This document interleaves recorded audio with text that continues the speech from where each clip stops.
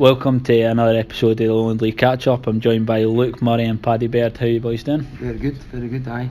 A busy training session again for you in the lovely Scottish weather today, I see. Conditions, aye. It was on the grass tonight as well, so the grass is a wee bit hard to play on. Just cuts up quite a lot, but got to deal with it. Fair enough. So every second week, so it's not too bad. And normally you're out on the Astro, I take it, for training? Aye, out the 3G. Fair enough. It's brilliant at 3G, to be fair. It's absolutely standard. So. It's a brilliant setup that they've got here, certainly. There's always something going on, it's always busy. I don't think I've ever came down here and it's been quiet, so it's a brilliant setup. So obviously today we'll get a wee chat about you guys individually as players and your journey with Edinburgh Uni, and we'll hear a wee chat about the Edinburgh Uni team as well. We were just in a discussion there about the Bucks, and Luke, you were saying you don't play in the Bucks anymore, but Paddy, you still do. You won the league this year, the 1A. Bucks, Scottish 1A. Wasn't too much of a challenge compared to Lowland League, but it was still satisfying to win. Yeah, and is it the calibre of teams you're going up against? Is it a wee bit easier, I take it, or is it because they're younger boys, or? I think in general they're a bit younger. In general, they don't have the experience of playing the Lowland League. Even Stirling ones don't play in the same Bucks 1A as us. Right. They're down in, is it Northern Premier? Yeah. I think they play down Loughborough with English teams as well. Northumberland and whatnot. So it's a much easier standard. And those guys had a bit of success as well, so it was good, obviously, from our standpoint to see that. So what's that like for the fact that you're obviously training for your Lowland games on a Saturday and you're playing in the Bucks as well midweek? Is it? I quite like it, to be honest. I quite like having a game where it's less stressful than when you go on a Saturday when there's a lot more pressure and a lot more riding on it. Don't even still standing. But I kind of enjoy playing the Wednesday. It doesn't seem normally a bit easier anyway, so it's not too physically demanding to play on the Wednesday as well. Fair enough. And for yourself, like you said when we were speaking before that you recently came back, you were playing in the West. Playing for Greenock Juniors. So I played for them for 2 years. So I did my 4 years here, went back for my first year of teaching in Greenock and played junior there.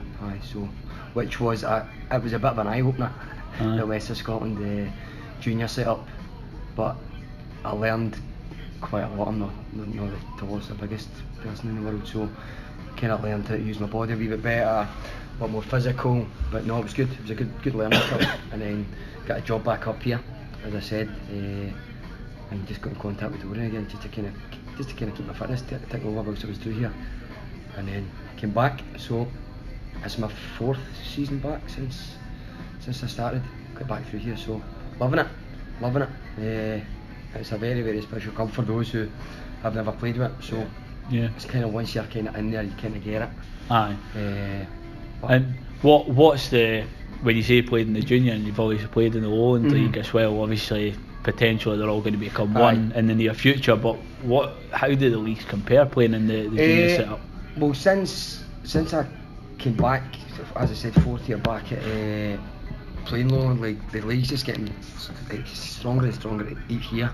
I just think because there's so many teams now who are desperate to get up and climb the leagues and get into League 2 and beyond, so you got a lot of ex-pros or kind of still current pros who are dropping down a level and just bringing that standard up a lot higher.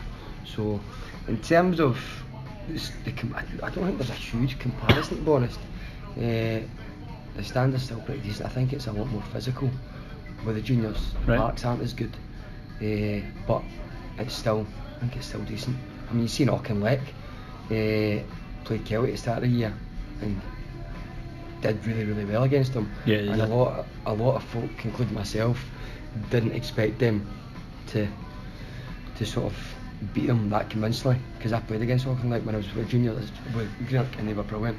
They're really, really good. So as with Kelty, so I think that they've got a bit of reputation for doing well in that cup though. Auchinleck, I think they've always been a side that's kind of represented the juniors, so I think they've kind of taken that in their stride a little bit. Is it something that you're kind of in favour of, the juniors coming over, so it gives you that opportunity to maybe potentially play against some of those boys again? I think it's going to get to that stage, and I think it's important that the more competitive the leagues we have, the kind of better, I think. Just going to raise the standard, but I think there are quite a lot of teams junior teams who don't really want to bridge that gap, whereas you get a lot of teams who do, like Clydebank, they're really gunning for it, as a sort of Kilwinning Rangers. I know a few boys back home who play with them, so I think it's important. It's important. Cool. But it'll be interesting to see what happens. Aye. And Paddy, you were saying that you kind of look forward to your weekend games in the Lowland League and playing against, well, the league's getting more and more competitive, so you're getting a lot more big names in there. Yeah. Is that something you enjoy because you're playing against some guys that you maybe have a bit of admiration for? It's quite exciting playing against boys that are getting paid, what, £500 a week, and we obviously be getting nothing. Right. It's exciting knowing that we could beat them. And we could. Yeah. Like coming from. Is there any guys within the Lowland League or teams that you look forward to going up against? I don't know that many defenders, to be honest, I'm looking forward to going up against, but obviously playing Kelly Hearts, you got Nathan Austin and a few others.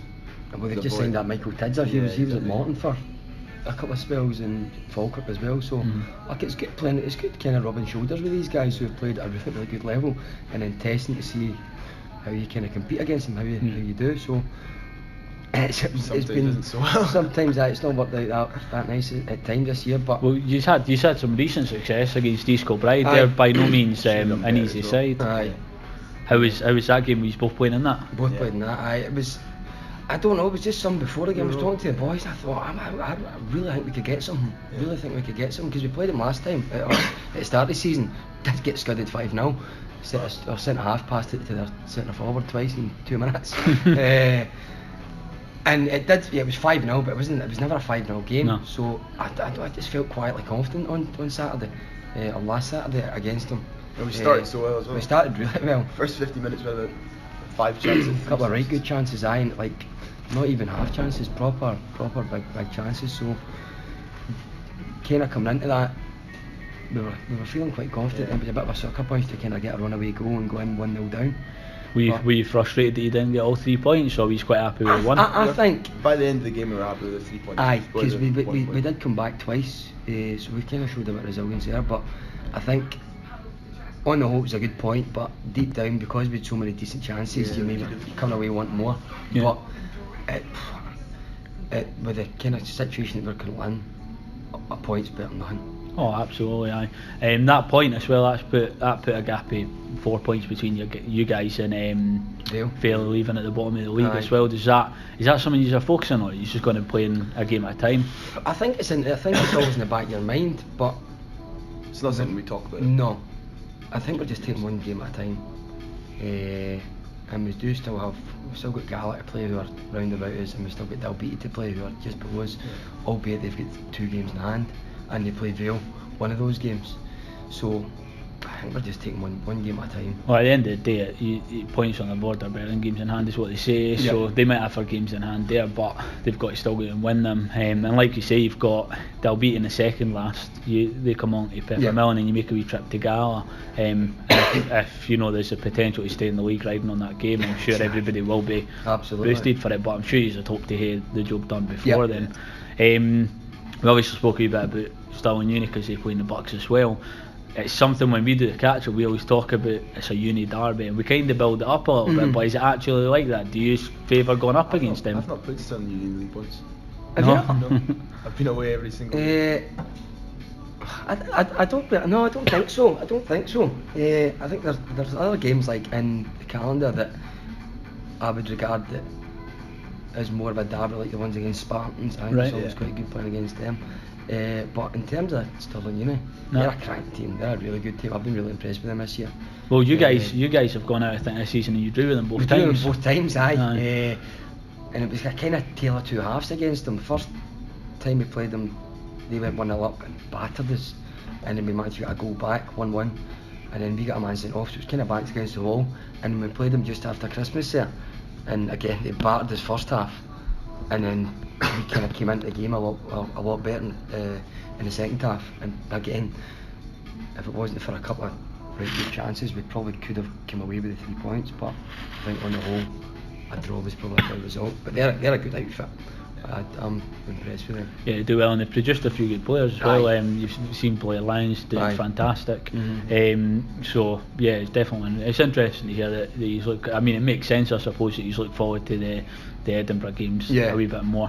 One of the things that you'll hear every now and again, especially when they're talking about the Lowland League growing, is about uni teams and their position within the pyramid, and sometimes they can get a bit of stick. Now, if you know the history of clubs like Edinburgh Uni, I actually saw you guys backing us up on Twitter, because again, it was a junior fan who was saying why these clubs. I think it was somebody that wanted to see, I might be wrong, but somebody who wanted to see Colts teams introduced, so your Celtic, Rangers, Colts, and they were trying to make an argument that they'd have a better place in a university side, and that's where the argument came from. But when you know the history, somewhere like Edinburgh Uni, it's been around for a long time playing competitive football. It's massive, and they've earned their place in the league. 100%. I think we have. Is it something that can get frustrating when you hear that, or taking a notice?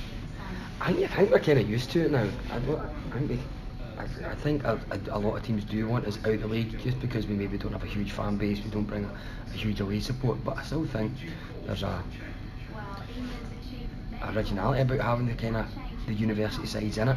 I think he's bringing if I remember, there's David Severs that does on Twitter, he does the attendances. If you follow him, you have a look at him, and you're definitely not the lowest. No, I think there's definitely 3 or 4 non-uni squads that come below. I think BSC are on the ascendancy, but I think even they pull in less fans on average at the moment. That might be changing with their Scottish Cup, but I think he's bringing enough. If that was to be the fact that he wanted us in the league, certainly. So yeah, we spoke a wee bit about, he's got Celtic coming up. It's been a bit of an uncomfortable couple of games. He's had that, the last one, I think it was 7-1. Hughes kicked it off with the first goal, and it was an absolute belter. I think we actually scored too early and annoyed him a wee bit. But it was a cracking goal. Good shank for you. No, I've spotted him. He zinged it across. I was actually shouting at him. I was screaming at him to fucking take a touch and pass it back to me.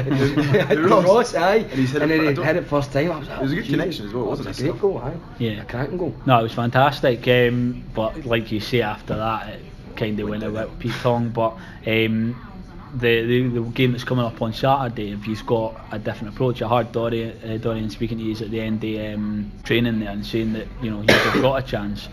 Is that the way he's going into it? I think so, as we said, just take one game at a time. I think up against it, you don't want to call it a free hit, because I don't think there's any such thing as a free hit, but realistically nobody has got any inkling that we're going to get a result. So it's quite nice going in quietly confident, and if, as you said, we got a crack result against East Kilbride last week or 2 weeks ago, and they're just as good as Celtic, so I just think it depends what uni team turns up. Depends what uni team turns up, and just cutting out, I think we gave away 3 or 4 short corners last time. It was just goals that are really, really unavoidable. Or avoidable, I should say. So we're just going to go in and just try and enjoy it. And just soak up the experiences. I've said you enjoy playing against some of the bigger names sometimes that play that. They always bring a decent crowd as well, so it's always quite nice playing in front of a crowd. I feel like we always do better a bit against being underdogs. Being underdogs is good. Absolutely. So another sort of thing that I found quite interesting about the uni sides is it's you guys that do all the stuff. So you, Paddy, you do all the social media stuff, and you've got the sort of player committee. So I had to do a wee bit of research to figure out how it all worked. Is that something that you think? Is that something you enjoy doing? Because I mean, you're playing in the Bucks, you're doing the Lowland, and then you're doing the social media stuff. Does it get you a bit more invested in the club? Yeah, there's a few visit managers social media. Got a club captain, vice captain. Had the AGM last week, which reallocated all the roles, and I think the boys enjoy it, and it goes in their CV as well. So it looks good when they try and apply for a job. I think they do it to try and give back, because Dorian and all the coaches, obviously, they've been teaching us for the past 3 years, and I feel like we should be giving something back to them. Right. And it's not too difficult either. It's only like 10 minutes of your day. Yeah. And I think if everyone contributes, then it's an easy task as well. No, which is totally fair. Obviously, Luke, when you finished up, you had some time playing in the juniors. For yourself, Paddy, what's kind of your plans after you finish up being at university? Got no idea, absolutely no idea. I don't even know what I want to study, what I want to do when I leave uni. So I don't know what I'll be doing in terms of football, but yeah, I'm just enjoying my football now, and then I'll see where it takes me. Yeah, and how do you find obviously the guys that are playing in other teams are juggling the playing football with full-time jobs, so it's not like they're not juggling stuff, but you've got your academics, or you've had your academics. Right. How is it juggling the two of them and doing the football alongside university? Well, I always found when I was at uni, I was studying, that it was a kind of welcome release, being in being stuck in the library and kind of doing essays and whatnot. So kind of coming down, training twice a week and then games twice a week, and doing it with your best pals. So it was always like a good way to kind of get out of the library and clear your head and playing football and doing what you enjoy doing. I think I'd be bored if I didn't come down to football. Right. You need something to do. So it's a bit of an outlet, but you're obviously, I mean, it's competitive. You're definitely gaining a lot of skills as well from being part of the team. I think it's been fantastic talking to you both. Yeah, thanks very much for speaking to me today then. Cheers for coming. Cheers, mate. Thank you.